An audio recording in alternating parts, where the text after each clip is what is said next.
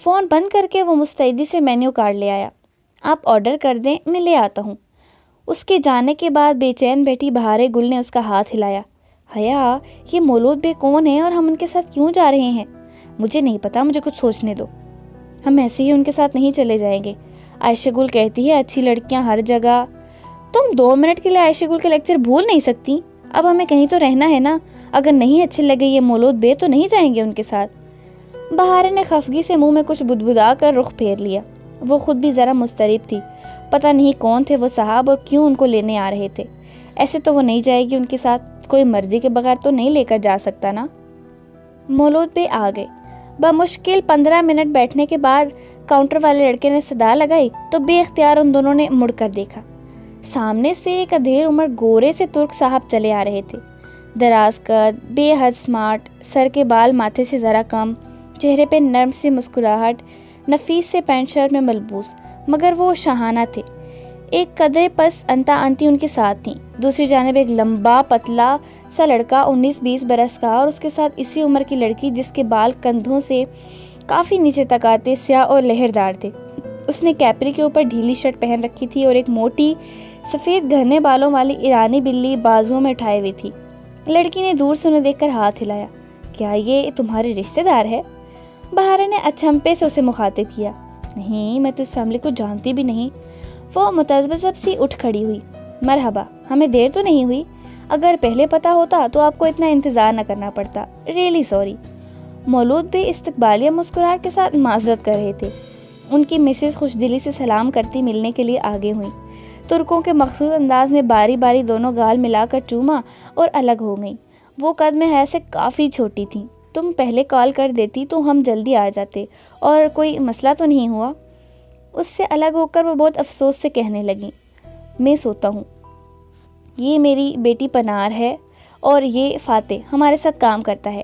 میرا بیٹا گوخان آج کل انقرہ گیا ہوا ہے, ورنہ اس سے بھی ملاقات ہو جاتی. میں حیا ہوں. اس کی سمجھ میں نہیں آ رہا تھا کہ مزید کیا کہے. میں پنار اور یہ ہماری گارفیلڈ. پنار نے بلی کی طرف اشارہ کرتے ہوئے مزے سے بتایا. یہ پورے آشیانہ کی لاڈلی ہے. آج کل ذرا بیمار ہے, اسے علاج کے لیے لائے تھے ادھر. اور اس چھوٹی بلی کا نام کیا ہے؟ بات کے اختتام پہ پنار نے جھک کر بہارے کا گال چھوا اور چھوٹی بلی کا پہلے تو تحیر سے منہ کھل گیا, پھر بے اختیار شرمائی یوں کہ رخسار گلابی پڑ گئے اور پلکیں جھپکا کر بہت باریک نازک سی آواز میں بولی. اناتولیا کی بہار گل. حیا نے پوری آنکھیں کھول کر اس چھوٹی اداکارہ کو دیکھا جس کی یہ آواز تو خود اس نے بھی نہیں سن رکھی تھی. آپ استنبول سے آئے ہیں؟ مولود بے پوچھ رہے تھے. میں پاکستان سے ہوں اور یہ ترکی میں میری رشتہ دار ہیں. ان سب کے والہانہ اور خوش خلق انداز کے آگے اس کا نو تھینکس کہنے کا ارادہ کمزور پڑنے لگا. باقی باتیں گھر چل کر کر لیں گے. فاتح, آپا کا سامان اٹھاؤ, دیکھو وہ کتنی تھکی ہوئی لگ رہی ہیں. آؤ بیٹا, کار باہر ہے. مسز سونا اپنے مہمانوں کو مزید تھکانا نہیں چاہتی تھی. فاتح سامان لینے کے لیے آگے بڑھا تو حیا نے بے اختیار بہارے کو دیکھا.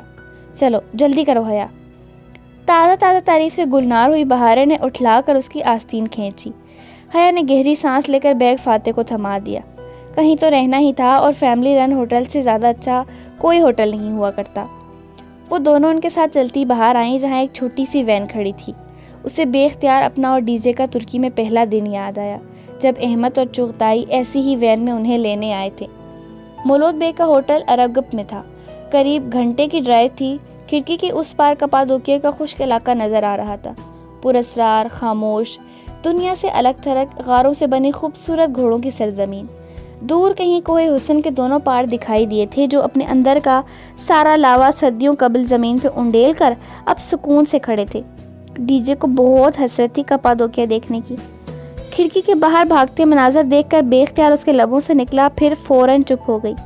ڈی جے کون؟ پنار جو بلی کو تھپک رہی تھی بے ساختہ پوچھ بیٹھی. میری ایک دوست تھی. اس کے جواب میں بہارے نے آہستہ سے اضافہ کیا. مر گئی ہے. او. پنار نے تعصب سے اسے دیکھا. جب تمہاری بلی مر جائے گی تو وہ ڈی جے کے پاس چلی جائے گی. چند لمحے بعد بہارے نے بہت سمجھداری سے پنار کی معلومات میں مزید اضافہ کرنا چاہا. بہارے گل, بہت ہو گیا. اس نے ہڑبڑا کر اسے ٹوکا, پھر معذرت کرنا چاہی. سوری, یہ بس ایسے ہی بولتی رہتی ہے. مگر پنار اور مسز سونا ہنس پڑی تھی. یہ چھوٹی بلی کتنی پیاری ہے نا۔ پنار نے جھک کر اس کا گال چوما۔ آج سے گارفیلڈ بڑی بلی اور تم چھوٹی بلی۔ بہار نے شرما کر لب دان سے دبائے، اس بات میں سر ہلایا، پھر دیکھا تم نے والی فاتحانہ نظروں سے حیا کو دیکھا۔ حیا نے گہری سانس لے کر سر جھٹکا، یہ لڑکی بہت پٹے گی اس کے ہاتھوں۔ آشیانہ کیو ہاؤس ایک چھوٹا سا 2 منزلہ ہوٹل تھا، ننھی سی پہاڑی کو کاٹ کر بنایا گیا تھا، سامنے سے جیسے کوئی بنگلہ سا لگتا تھا۔ ایک طرف باہر سے جاتی سیڑھیاں، اوپر ٹیرس، سامنے صحن تھا۔ ٹیرس اور گراؤنڈ فلور دونوں کے برآمدے محرابی تھے، آدھے گھنٹے پہاڑ کو کاٹ کر بنائے گئے تھے۔ وہ کوئی بہت اونچی پہاڑی نہیں تھی، ہوٹل کی چھت سے بھی ذرا کم تھی۔ ہوٹل کی پشت اس پہاڑی میں گویا دھنسی ہوئی تھی، چھوٹا سا خوبصورت سا آشیانہ۔ مولود بے لگج کا کپادوکیا میں ایک خاص مقام تھا، وہ اس علاقے کے ڈسٹرکٹ چیف تھے، لوگ ان سے ڈرتے بھی تھے اور ان کی عزت بھی کرتے تھے۔ ان کے مہمانوں کے ساتھ کوئی برا سلوک نہیں کر سکتا تھا، اور آج ہوٹل کے 7 کمرے خالی تھے، وہ اور بہارے ہی آشیانہ کی مہمان تھی۔ یہ ہے تمہارا کمرہ، مجھے لگا تمہیں یہ پسند آئے گا، اگر بدلنا ہو تو بتا دو۔ متحرک سی مسز سونا ان کو اوپری منزل کے ایک کمرے میں لے آئیں۔ وہ خاکی سرمئی سنگ مرمر سے بنا کمرہ بہت خوبصورت تھا، کونوں میں زرد بلب لگے تھے، سارے جلا دو تب بھی کمرے میں غار کا نیم مدھم سا اندھیرا برقرار رہتا۔ سرخ سے قالین کا ٹکڑا فرش پہ بچھا تھا، اسی سرخ رنگ کا ایک بڑا صوفہ کھڑکی کے آگے رکھا تھا۔ ڈبل بیڈ پہ بھی گہری سرخ میرون رنگ کی چادر بچھی تھی۔ بیڈ کی عقبی دیوار پہ ایک جالی دار پردہ لگا تھا جو آگے کو ہو کر بیڈ کی پائنتی تک گرتا اور بیڈ پہ سونے والے کو جیسے ڈھک لیتا۔ باہر ٹیرس پہ گول گول میزیں تھیں جن کے گرد کرسیوں کے پھول بنے تھے، وہاں بیٹھ کر دیکھو تو کھلا آسمان اور سارا کپادوکیا دکھائی دیتا تھا۔ اتنی خوبصورت جگہ پہ بھی نامعلوم سی اداسی چھائی تھی، جہان کے بغیر اسے سب کچھ اداس لگ رہا تھا۔ اگر اس نے واقعی ریسیور آف کر دیا ہو تو۔ مجھے یہ کمرہ پسند ہے اور مسز چھوٹی بلی کو بھی۔ بظاہر بشاشت سے مسکراتے اس نے مسز سونا کو اطمینان دلایا۔ آشیانہ شہر سے ذرا الگ تھلگ تھا، سو مولود بے نے کہہ دیا تھا کہ وہ جہاں جانا چاہیں وہ انہیں ڈراپ کر دیں گے۔ وہ خالصتاً مہمان نواز ترک خاندان تھا، ورنہ ہوٹل کا مالک جو شہر کا ڈسٹرکٹ چیف بھی ہو، کہاں اپنے مہمانوں کو ڈرائیو کر کے لے جایا کرتا ہے۔ مولود بے کو پورا کپادوکیا جانتا تھا، ان کے مہمانوں کو کسی بھی قسم کے ٹور پیکج پہ خصوصی ڈسکاؤنٹ مل جاتا تھا۔ ان کا نام مولود اردو لفظ نومولود کا مولود ہی تھا۔ ہمارے وہ نام جو دال پہ ختم ہوتے ہیں، ترک انہیں تے پہ ختم کرتے ہیں۔ وہ احمد کو احمد، بلند کو بلند اور مولود کو مولود پکارتے ہیں۔ ایسے ہی ہمارے وہ نام جن کے آخر میں بے آتا ہے، ترک ان کے آخر میں پے لگایا کرتے ہیں۔ یوں طیب سے بنا طیب، ایوب سے بنا ایوب اور زینب سے بنا زینب۔ وہ سارا دن کمرے میں ہی رہیں، پھر شام کو مسز سونا اور فاتح شہر جا رہے تھے تو ان کے ساتھ چلی گئیں۔ حیا کی ٹریسر والی ڈبی پرس میں ساتھ ہی تھی، اگر وہ ادھر ہوا تو جان لے گا کہ وہ اس کو قریب ہے۔ پتہ نہیں دل کے رشتے زیادہ مضبوط تھے یا جی پی ایس کے، مگر جب رات اتر آئی اور فون نہیں بجا تو وہ امید کھونے لگی۔ اگلا پورا دن بھی انہوں نے کمرے میں گزارا، کھانا بھی وہیں منگوایا۔ مسز سونا کے ہاتھ کے بنے سلاد، جیلی، جام، بالکل گھر جیسا ذائقہ۔ پھر بھی وہ بہت بیزاری محسوس کر رہی تھی۔ بہاریں باہر جانا چاہتی تھی مگر اس نے منع کر دیا۔ کیا عبد الرحمن کال نہیں کرے گا؟ اس نے صبح سے کوئی 10ویں دفعہ پوچھا۔ مجھے نہیں پتا، فضول باتیں مت کرو۔ بہارے کی آنکھوں میں ناراضی در آئی۔ تم نے اگر دوبارہ مجھ سے ایسے بات کی تو میں یہاں سے چلی جاؤں گی۔ میں نے کہا نا فضول باتیں مت کرو۔ سختی سے جھڑک کر وہ ڈریسنگ روم کی طرف جانے کے لیے اٹھی۔ بہارے ناک سکوڑ کر منہ میں کچھ بڑبڑائی۔ کیا کہا تم نے؟ وہ جاتے جیسے تپ کر پلٹی۔ نہیں بتاؤں گی۔ بہارے اتنے ہی غصے سے کہتی ٹیرس کی طرف چلی گئی۔ رات میں مسز سونا انہیں بلانے آ گئیں۔ تم لوگ صبح سے کمرے سے نہیں نکلے، طبیعت تو ٹھیک ہے؟ حسب توقع فکر مند ہو گئی تھی۔ ٹورسٹ سیر کے لیے نہ جائے، عجیب سی بات تھی۔ نہیں، اصل میں ایک دوست نے استنبول سے آنا تھا، اس کا انتظار کر رہے ہیں۔ وہ آ جائے تو مل کر آپ کا کپادوپیا گھومیں گے۔ اس نے جلدی سے وضاحت کی، پھر ان کے اصرار پہ وہ دونوں ڈنر کے لیے نیچے چلی آئیں۔ نچلی منزل کا ڈائننگ ہال پتھر کی دیواروں سے بنا مدھم سا روشن کمرہ تھا۔ 2-4 میزیں، کرسیاں رکھی تھی۔ دیواروں کے ساتھ فرجی نشست کی طرز کی زمین سے 2 بالش اوپر پتھر کے صوفے بنے تھے جن پہ میرون ترک قالین بچھے تھے۔ اس نے بھی اسی میرون شیڈ کا اجرک کا کرتا اور سیاہ ٹراؤزر پہن رکھا تھا، اوپر سیاہ حجاب۔ اسے حجاب سے کھاتا دیکھ کر ٹرے اٹھائے حال میں داخل ہوئی پناہ ٹھٹک کر رکی، پھر سامنے کاؤنٹر پہ کھڑے فاتح کو پکارا۔ فاتح تم کچن دیکھ لو، وہ کمفرٹیبل نہیں ہے، اس نے انگریزی اور ترک دونوں میں کہا کیونکہ فاتح کی انگریزی کمزور تھی۔ فاتح جی آپا کہہ کر تابعداری سے وہاں سے ہٹ گیا۔ تھینکس، حیا ہلکے سے مسکرائی، دل پہ اتنی کلف چھائی تھی کہ مسکرانا بھی دشوار لگتا تھا۔ کھانے کے بعد وہ دونوں آگے پیچھے سیڑھیاں چڑھتی اوپر آ گئیں۔ اس کا پاؤں درد کر رہا تھا سو وہ آتے ہی بستر پہ لیٹ گئی اور پیچھے دیوار سے لٹکتا جالی دار گلابی پردہ اپنی پائنتی تک پھیلا دیا۔ اب چت لیٹے اسے چھت گلابی جالی کے پار دکھائی دے رہی تھی۔ حیا کیا تم مجھ سے ناراض ہو؟ ساتھ لیٹی بہاریں تھوڑی دیر بعد قریب کھسک آئی۔ حیا نے گردن ذرا سی ترچھی کر کے اسے دیکھا۔ کیوں پوچھ رہی ہو؟ کیونکہ عائشہ گل کہتی ہے کسی کو ناراض کر کے نہیں سوتے، کیا پتہ صبح ہم جاگ ہی نہ سکیں۔ نہیں، میں ناراض نہیں ہوں۔ وہ گردن سیدھی کر کے دوبارہ غار کی چھت کو دیکھنے لگی۔ میں بس پریشان ہوں۔ تم پریشانی میں یوں ہی غصہ کرتی ہو؟ ہاں، اور تم کیا کرتی ہو؟ میں بہاریں ایک دم جوش سے اٹھ کر بیٹھ گئی۔ میں آسمان میں اڑتی ہوں، عدلار کے بنگلوں اور سلطان احمد مسجد کے کبوتروں کے ساتھ۔ کیا تمہیں یہ کرنا آتا ہے؟ حیا نے چند لمحے اس کے معصوم شفاف چہرے کو دیکھنے کے بعد نفی میں سر ہلایا۔ بچپن بھی کتنا پیارا ہوتا ہے، کندھے اور دل بہت سارے بوجھ سے خالی ہوتے ہیں۔ میں تمہیں سکھاتی ہوں، آنکھیں بند کرو۔ حیا نے آنکھیں بند کی۔ وہی ایک شخص ہر جگہ نظر آنے لگا۔ تکلیف کا احساس جیسے سوا ہو گیا۔ اب تم آہستہ آہستہ ہوا میں اڑ رہی ہو، اوپر، بہت اوپر، دیکھو تم اڑ رہی ہو۔ ساتھ ہی وہ دبے قدموں بستر سے اتری۔ حیا نے پلکوں کی جھری سے دیکھا۔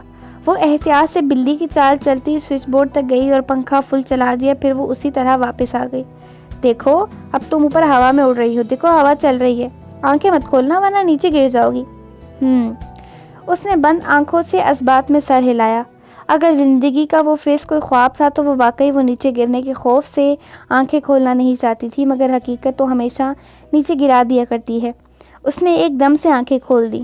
ہاں، یہ کیا کیا؟ دیکھا نیچے گر گئی۔ بہاریں نے بوکھلا کر احتجاج کیا، پھر پھرتی سے اٹھ کر پنکھا بند کیا۔ ہوا سے گلابی پردہ پھڑ پھڑانے لگا تھا۔ اللہ تمہیں سمجھے، وہ خفگی سے کہتی واپس آ کر لیٹ گئی۔ کیا تم نے نماز پڑھی؟ وہ نماز کے لیے اٹھنے لگی تو بہاریں سے پوچھا۔ بہاریں نے جٹ خود پہ بیڈ کور تان لیا۔ ہاں میں ابھی پڑھتی ہوں۔ اوہ میری آنکھیں بند ہو رہی ہیں، کھل ہی نہیں رہی، اوہ۔ اور پھر وہ لمحے بھر میں جیسے ہوش و خور سے بیگانہ سو چکی تھی۔ حیا سر جھٹک کر رہ گئی، پھر وضو کرنے اٹھی تو فون بجنے لگا۔ روہل کالنگ۔ اس نے کال موصول کی۔ کب آ رہی ہو تم واپس؟ یہ مت کہنا کہ تم مجھے مس کر رہے ہو۔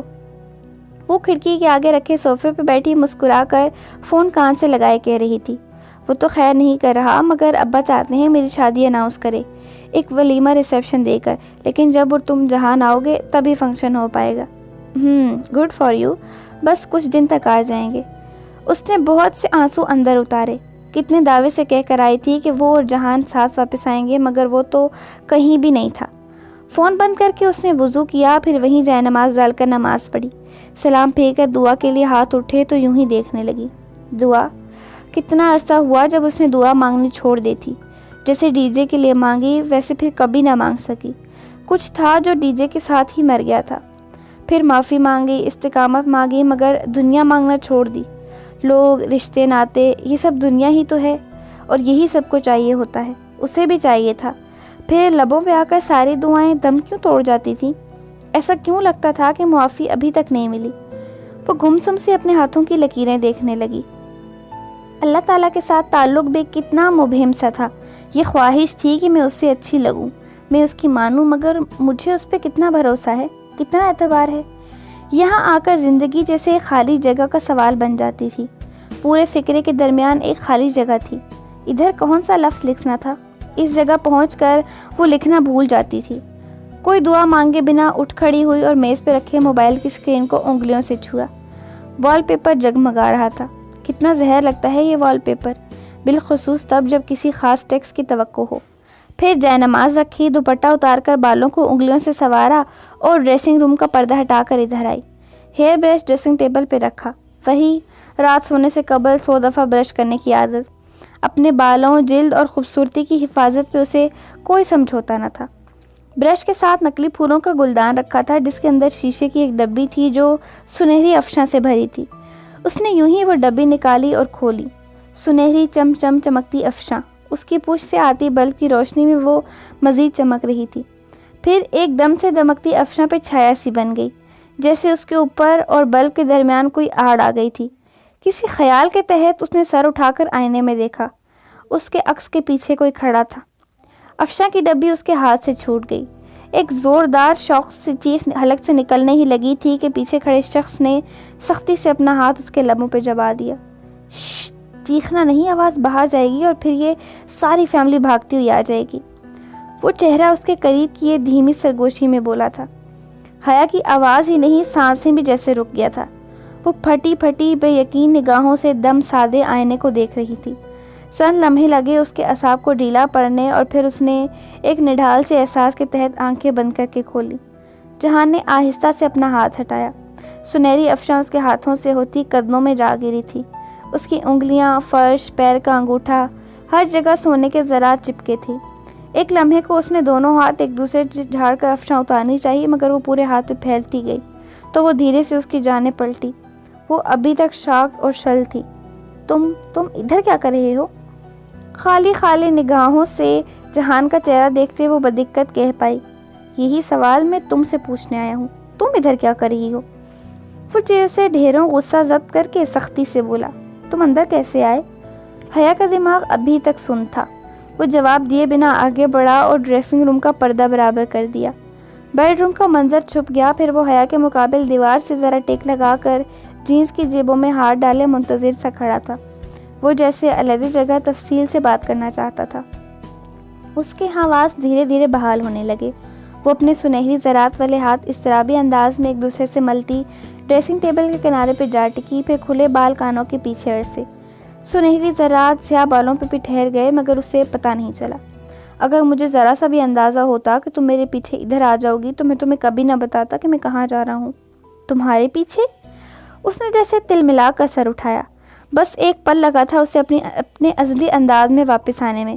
تم نے مجھے کب بتایا تھا کہ تم کہاں جا رہے ہو؟ تم بھول گئے ہو شاید، تم تو بغیر کچھ کہے سنے ہی آ گئے تھے۔ اچھا، تمہیں نہیں پتا تھا کہ میں کپادوکیا میں ہوں؟ وہ اسی طرح جیبوں میں ہاتھ ڈالے کھڑا بغور اسے دیکھ رہا تھا۔ مجھے کیسے پتا ہو سکتا ہے؟ تمہیں لگتا ہے میں تمہارے لیے اتنا ٹریول کر کے آؤں گی؟ اس نے جیسے افسوس بری حیرت سے سر جھٹکا۔ میں تو خود تمہیں ادھر دیکھ کر حیران ہوں، اور تم نے مجھے کیسے ڈھونڈا؟ بلکہ ایک منٹ، وہ جیسے رکی۔ ڈی جے اور مجھے کپادوکیا آنا تھا اسپرنگ بریک میں۔ اوہ، تم یہ بات جانتے تھے؟ شاید تم میرے پیچھے آئے ہو، کیا ایسا ہی ہے؟ اس نے لاء ٹیچر سے سن رکھا تھا کہ جب اپنا دفاع کمزور ہو تو مخالف پہ چڑھائی کر دینی چاہیے۔ وہ اپنے دفاع کے چکر میں پڑ کر پسپائی اختیار کر رہے تھے۔ نہیں، میں اتنا فارغ نہیں ہوں کہ تمہارے لیے ادھر آؤں گا۔ میں بھی اتنی فارغ نہیں ہوں، حد ہے۔ جہان نے ایک گہری نظر اس پہ ڈالی۔ اس کے بال ویسے ہی ماتھے پہ ذرا بکھرے سے تھے، شیو ہلکی سی بڑی ہوئی تھی اور سفید رف سی پوری آستین کی ٹی شرٹ کو کوہنیوں سے موڑا ہوا تھا۔ اور اس کو کیوں لائی ہو؟ اس نے ابرو سے پردے کی جانب اشارہ کیا جس کے پار بیڈ روم تھا۔ حیا نے بظاہر لاپرواہی سے شانے اچکائے۔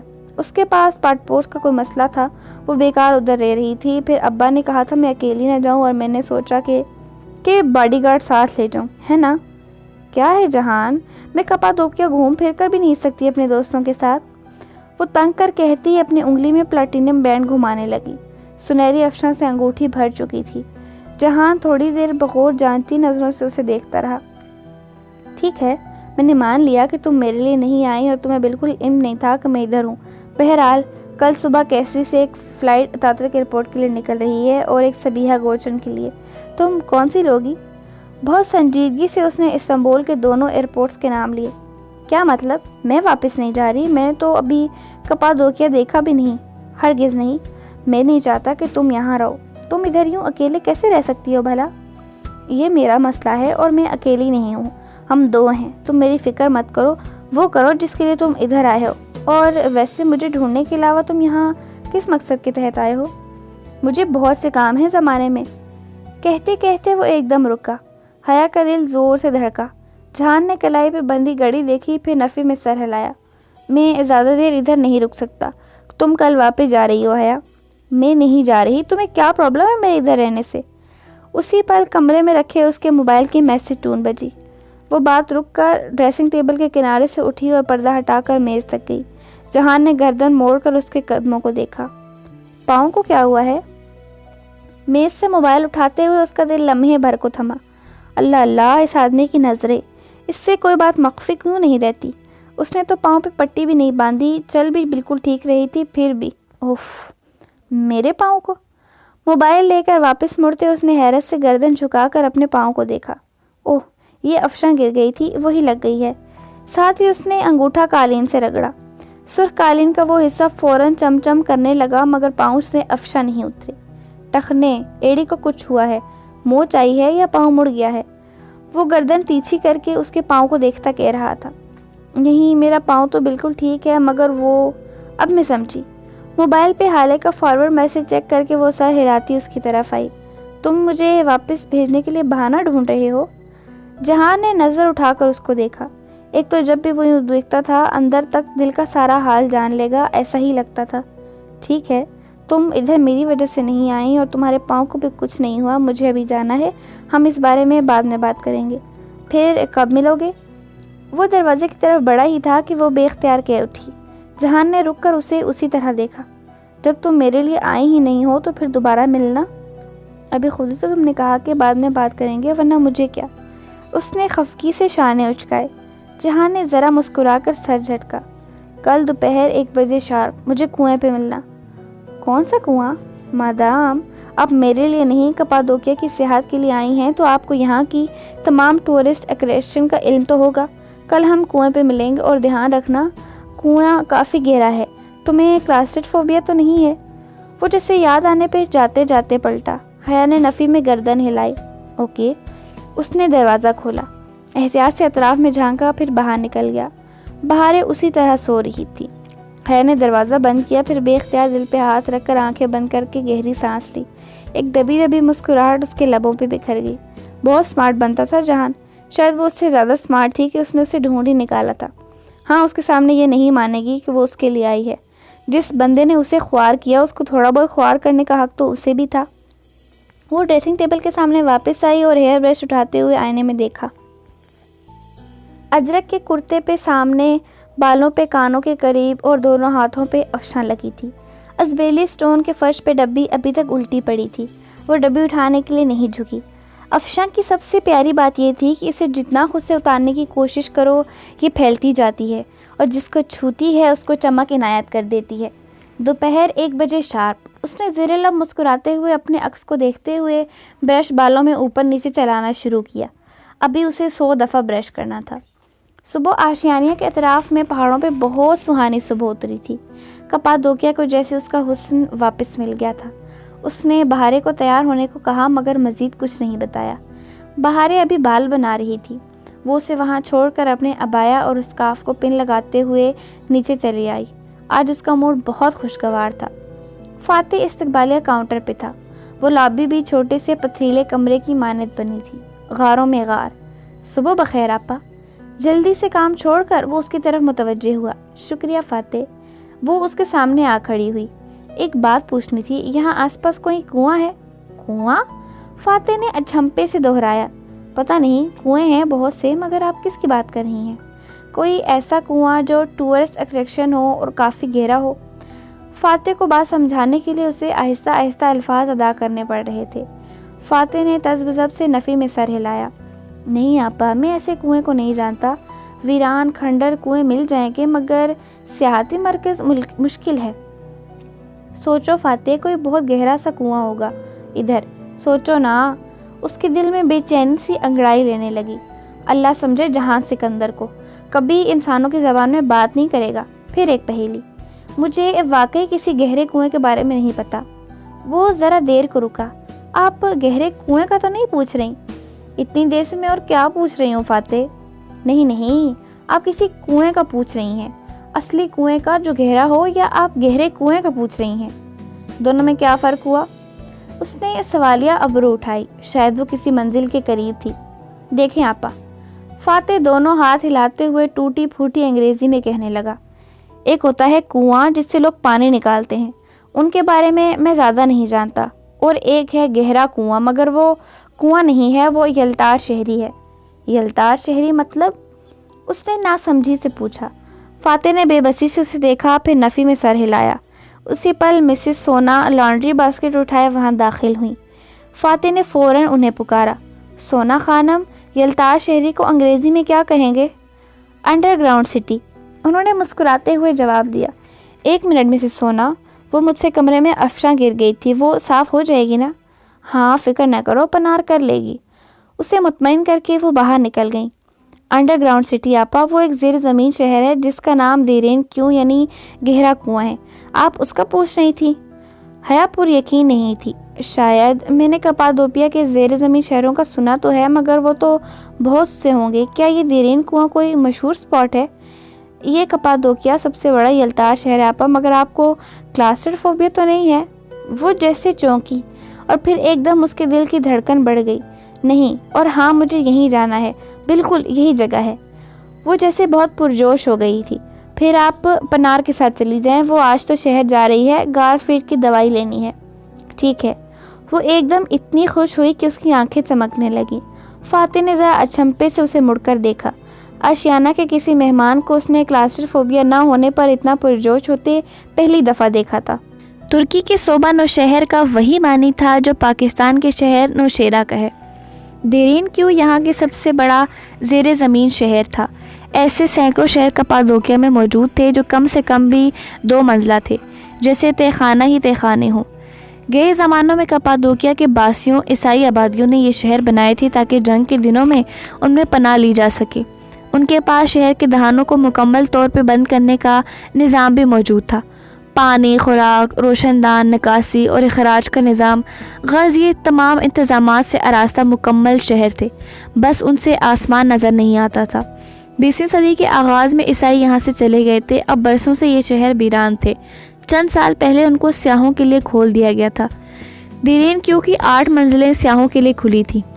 دیرین کا مطلب گہرا اور کیوں یعنی کنواں۔ اردو میں گہری دوستی اور دشمنی کے لیے استعمال ہونے والا لفظ دیرینہ کا ماخذ بھی یہی ہے، دیرین تھا۔ مولود بے اسے بہارے اور پنار کو ایک لمبی ڈرائیو کے بعد دیرین کیوں لے آئے تھے۔ وہ گارڈ فیلڈ کو لے کر خود شہر چلے گئے اور وہ تینوں شہر کی داخلی سرنگ کی طرف آ گئیں جہاں سیاحوں کی لمبی قطار لگی تھی۔ دیرین کیوں باہر سے یوں لگتا جیسے ایک چھوٹی سی پہاڑی ہو جس کی دیواروں میں بہت سے سوراخ تھے، یوں جیسے کوئی جادوگرنی خاکی چوغا اوڑھ کر جھکی بیٹھی ہو اور اس کے چوغے سے بہت سی آنکھیں جھانک رہی ہوں۔ داخلی سرنگ غار کے دہانے پہ وہ چھوٹا سا راستہ تھی جس سے اندر جانا تھا۔ باہر دھوپ نکلی تھی لیکن سرنگ دور سے ہی اندھیری لگ رہی تھی۔ یہ سویٹر رکھ لو، شاید ضرورت پڑ جائے۔ پنار نے خود بھی ہلکا سا سویٹر پہن لیا تھا اور اب دوسرا اس کی طرف بڑھا رہی تھی۔ حیا نے حیرت سے اسے دیکھا، پھر چلچلاتے سورج کو۔ اتنی گرمی میں؟ رکھ لو۔ پنار کے دوبارہ کہنے پہ اس نے سویٹر طے کر کے بازو پہ ڈال لیا۔ سیاہ پرس دوسرے کندھے پہ تھا۔ بہارے نے پنار کی انگلی پکڑ رکھی تھی۔ بالوں کو پونی میں باندھے وہ دھوپ کے باعث آنکھیں سکیڑے رکھی تھی۔ اپنی باری پہ ٹکٹ دکھا کر وہ آگے پیچھے سرنگ میں داخل ہوئی۔ باہر دھوپ تھی، اندر اندھیرا سا پھیلا تھا۔ کپادوکیا کے غاروں اور خشک پہاڑوں کی مبہم پراسرار خوشبو ہر سو پھیلی تھی۔ گائیڈ ان سب سیاحوں کی رہنمائی کرتا جا رہا تھا۔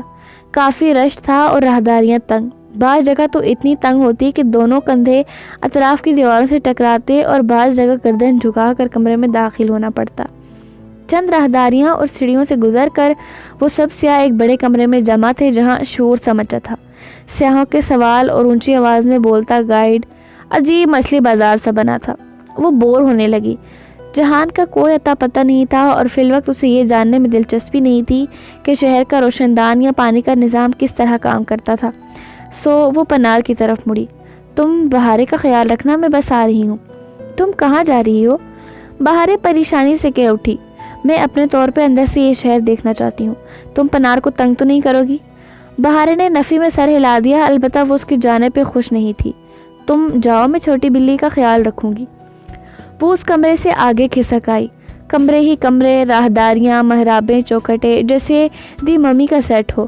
دیواروں پہ دور دور مشعلوں کی مانند بلب لگے تھے جو اندھیری گلیوں کو مدھم زرد روشنی بخش رہے تھے، پراسرار مگر خوبصورت۔ وہ سیاحوں کے جمگٹے سے ذرا آگے آئی تو ایک دم ٹھنڈ کا احساس ہوا۔ پنار ٹھیک کہتی تھی۔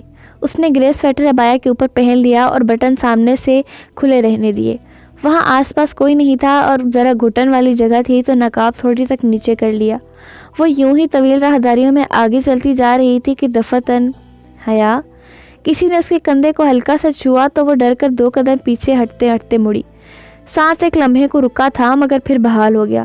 بس ڈر گئی۔ خاکی پینٹ، بھوری آدھے آستین کی ٹی شرٹ، کندھے پہ بھورا دستی بیگ اور سر پہ سیاہ پی کیپ۔ وہ پینٹ کی جیبوں میں ہاتھ ڈالے بہت سنجیدگی سے اسے دیکھ رہا تھا۔ وہ لمحے بھر تو کچھ کہہ نہیں پائی۔ ہائے، اتنی جلدی ڈر گئی، اور کل مجھے کسی نے کہا تھا کہ وہ اکیلے کپادوکیا میں رہ سکتی ہے۔ چونکہ ابھی وہ گزشتہ رات کی طرح نہیں ڈری تھی سو لمحے بھر میں خود کو سنبھال چکی تھی۔ کل کسی نے یہ بھی کہا تھا کہ وہ اکیلی نہیں ہے۔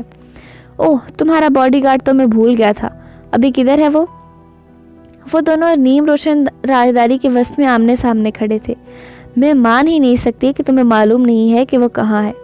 جہان ایک نظر اس پر ڈال کر دائیں طرف ایک کمرے میں داخل ہو گیا۔ وہ اس کے پیچھے چلی آئی۔ وہ ایک بڑا سا کمرہ تھا، زیر زمین شہر کا کچن۔ ایک طرف زمین پہ چوکور چولہا بنا تھا جیسے پاکستان میں گاؤں میں مٹی کے چولہے ہوتے ہیں، اور دوسری طرف دیوار میں کھڑکی کی مانے چوکور بڑا سا خلا تھا۔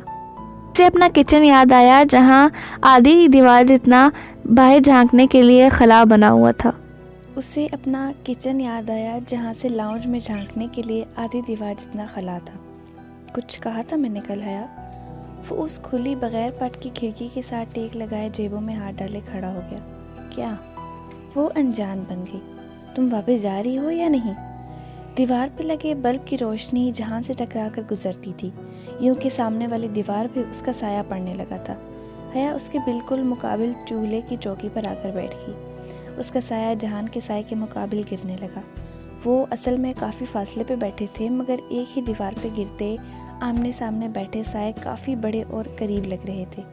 اور میں نے یہ بھی کہا تھا کہ میں واپس نہیں جا رہی۔ مگر کیوں؟ وہ جیسے اکتا گیا۔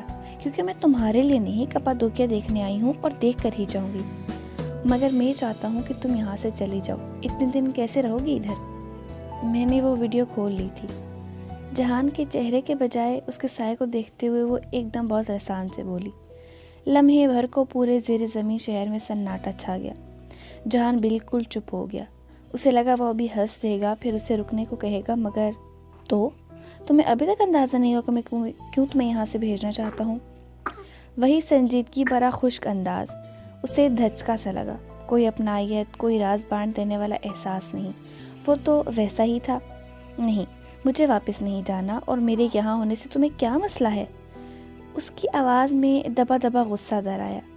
مجھے تمہاری فکر ہے، میں چاہتا ہوں کہ تم محفوظ رہو، اور یہ محفوظ جگہ نہیں ہے۔ کھڑے سائے نے اتنے ہی غصے سے سر جھٹکا تھا۔ تبھی زیر زمین شہر کی دیواروں نے بیٹھتے سائے کو اٹھتے اور کھڑے سائے کے سامنے آ کر رکتے دیکھا۔ اور واپس جانے سے میں محفوظ ہو جاؤں گی جہان بے؟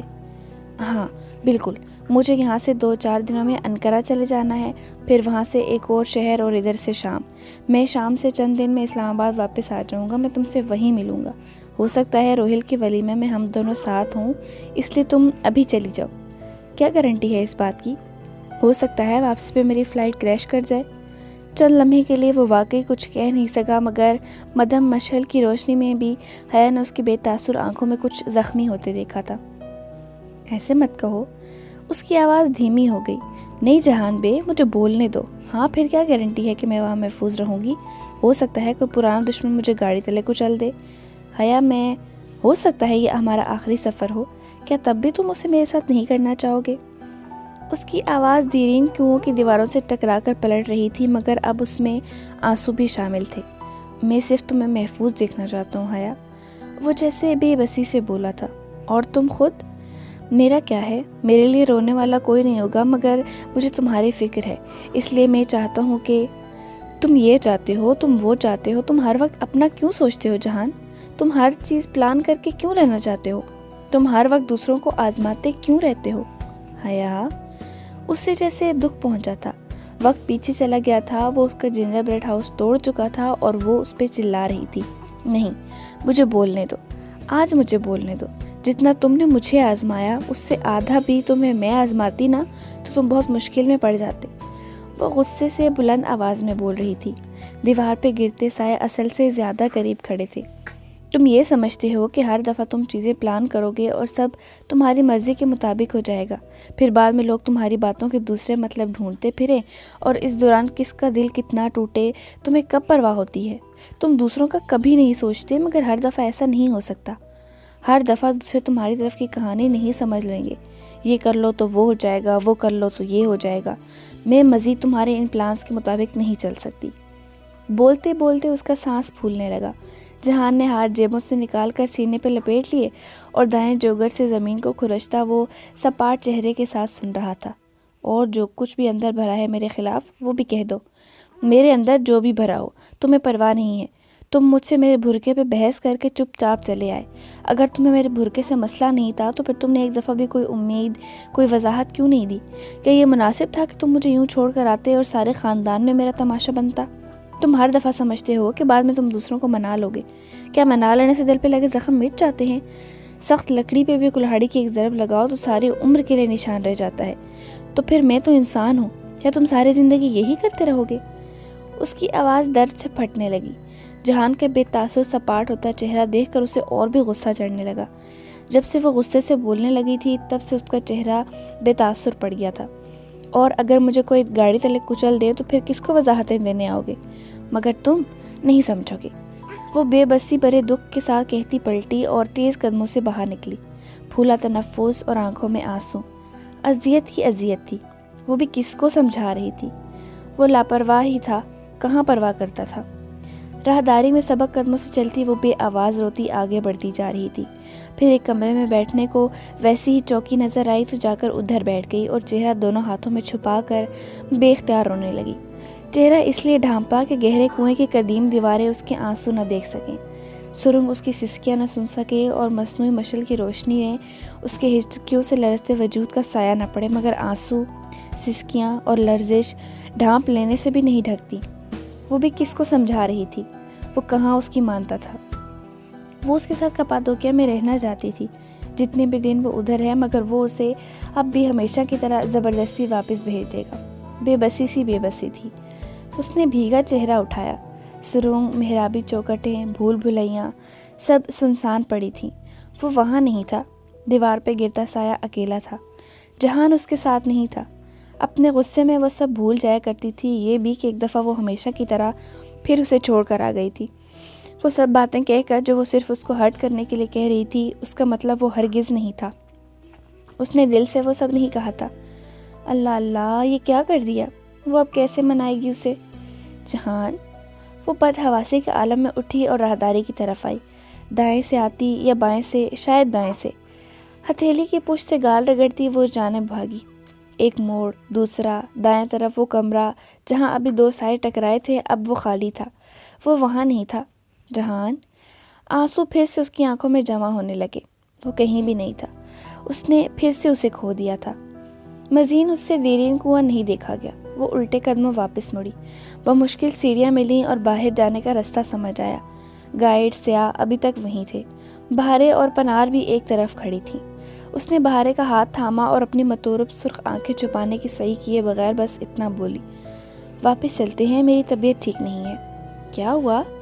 پنار حیران اور پھر پریشان ہو گئی، مگر وہ کوئی جواب دیے بنا گہرے کنویں کے داخلی روزن کی طرف بڑھ گئی جہاں سے سورج کی روشنی جھانک رہی تھی۔ وہ تینوں سرنگ میں آگے پیچھے چلتی گئیں۔ غار کا اندھیرا چھٹتا گیا اور بالآخر غار کے دہانے پہ سورج سے چمکتا روشن دن سامنے کھڑا تھا۔ وہ کہیں نہیں تھا، کہیں بھی نہیں۔ پنار نے پھر کوئی سوال نہیں پوچھا۔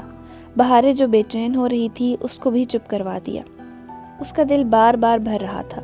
وہ کیوں پھر اسے چھوڑ گئی؟ آخر کیوں وہ روٹنے منانے سے آگے نہیں بڑھتے تھے؟ اپنے کمرے میں آ کر وہ سرخ صوفے پہ کھڑکی کے اوپر پاؤں کر کے بیٹھ گئی اور سر گھٹنوں میں دے کر بے آواز روئی جا رہی تھی۔ بہاریں پتہ نہیں کہاں تھیں۔ وہ ہر خیال و فکر سے بے پرواہ بس آنسو بہا رہی تھی۔ اس کا دل بار بار کسی خوف کے زیر اثر سکڑ جاتا تھا۔ بہاریں اسے کھانے کے لیے بلانے آئی مگر وہ نہیں اٹھی۔ دوپہر کی روشنی آہستہ آہستہ بجھنے لگی اور شام کا اندھیرا کپادوکیا پہ پھیلنے لگا۔ ہر سو پہاڑوں پہ زرد بتیاں جگمگانے لگیں۔ وہ اسی طرح صوفے پہ سر گھٹنوں میں دیے بیٹھی رہی۔ آنسو بھی پانی سے بنے ہوتے ہیں اور پانی آسمانوں سے اتارا جاتا ہے، سو آنسوؤں کے بعد کا مرہم بھی وہیں اوپر سے آتا ہے۔ نیند، پرسکون نیند۔ اس پہ کب نیند طاری ہوئی اسے پتہ بھی نہیں چلا۔ ذہن میں، دل میں، آنکھوں کے پیچھے، ہر جگہ زیر زمین سروں کا منظر امڑ رہا تھا۔ وہ غصے میں اس پہ چلا رہی تھی اور وہ دھیمے لہجے میں اسے پکار رہا تھا، حیا بات سنو، مگر وہ اسے سننا نہیں چاہ رہی تھی۔ وہ اس سے فاصلے پہ کھڑا تھا، پھر بھی پتہ نہیں کیسے وہ اس کا شانہ ہولے سے ہلا رہا تھا۔ حیا اٹھو، میری بات سنو، بہت دھیرے سے وہ کہہ رہا تھا۔ چاندی کے مجسمے پھر سے واپس لوٹ آئے تھے۔ گہرے کنویں کا اندھیرا چھٹتا چلا گیا، چاندی کی جھیل ہر سو پھیلتی گئی۔ اس نے ایک جھٹکے سے آنکھیں کھولی۔ کمرے میں مدھم سی روشنی بکھری تھی۔ اس کے صوفے کے سامنے میز کے کنارے پہ بیٹھا جہان بہت تکان سے اسے دیکھ رہا تھا۔ اسے آنکھیں کھولتے دیکھ کر وہ تھکے تھکے سے انداز میں مسکرایا۔ دیکھ لو، تم میرے لیے کپادوکیا نہیں آئی، مگر میں ہر دفعہ تمہارے لیے آ جاتا ہوں، پھر بھی کہتی ہو مجھے پرواہ نہیں ہے۔ وہ ایک دم اٹھ کر بیٹھ گئی۔ بنا پلک جھپکے وہ یک ٹک اسے دیکھنے لگی، پھر اچانک ہی بہت سے آنسو اس کی آنکھوں سے ٹپ ٹپ گرنے لگے۔